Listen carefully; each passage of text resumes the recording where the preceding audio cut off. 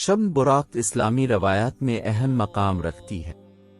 یہ لیل البراق شب برات لیل النصف کہلاتی ہے۔ اس رات کو مسلمان امت کا ایک مخصوص دن تصور کیا جاتا ہے جب ان کی نمازوں اور عبادات کی قبولیت کی دعا کی جاتی ہے۔ اس شب کے معنی اور اہمیت کا تصور مختلف اسلامی فرقوں کے درمیان مختلف ہوتا ہے۔ بعض لوگ اسے عبادت کی رات قرار دیتے ہیں جبکہ دوسرے اسے زندگی میں سچائی کی طرف رجوع کی رات قرار دیتے ہیں۔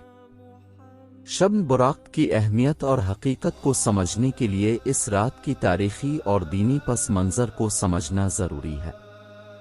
اس شب کی اہمیت کے پیچھے چند اہم واقعات ہیں جو اس رات کو اہم بناتے ہیں۔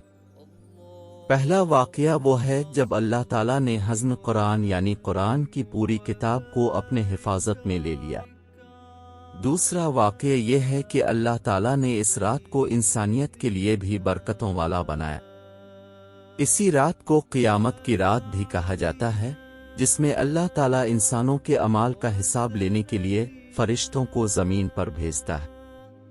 اسی لیے لوگ امید کرتے ہیں کہ ان کے نیک اعمال اس رات کی برکت سے قبول ہوں۔ اس رات کو مختلف عبادات اور دعاؤں کو قبول ہونے کی دعا کی جاتی ہے۔ مختلف مسلمان فرقوں میں شب برات کی مناسبت کی عبادات اور رسومات مختلف ہوتی ہیں۔ عام طور پر لوگ اس رات کو نمازوں، تلاوت قرآن، دعا اور تسبیح کی عبادت کرتے ہیں۔ ان کو یقین ہوتا ہے کہ ان کے نیک عمل اور دعاؤں کو اللہ تعالیٰ اس رات کی برکت سے قبول فرمائے گا۔ مسلمانوں کے لیے شب برات ایک موقع ہے جب وہ اپنے گناہوں کی مغفرت کے لیے توبہ کرتے ہیں، دعا کرتے ہیں اور نیک عملوں کو بڑھانے کا عہد کرتے ہیں۔ یہ ایک عظیم موقع ہے جو مسلمانوں کو اپنی روحانی ترقی اور تزکیہ کے لیے فائدہ مند بناتا ہے۔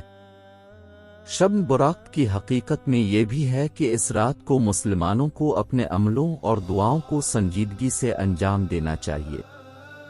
انہیں اس رات کی برکتوں سے فائدہ اٹھانے کا موقع ملتا ہے جو انہیں دنیا و آخرت میں کامیاب بناتا ہے۔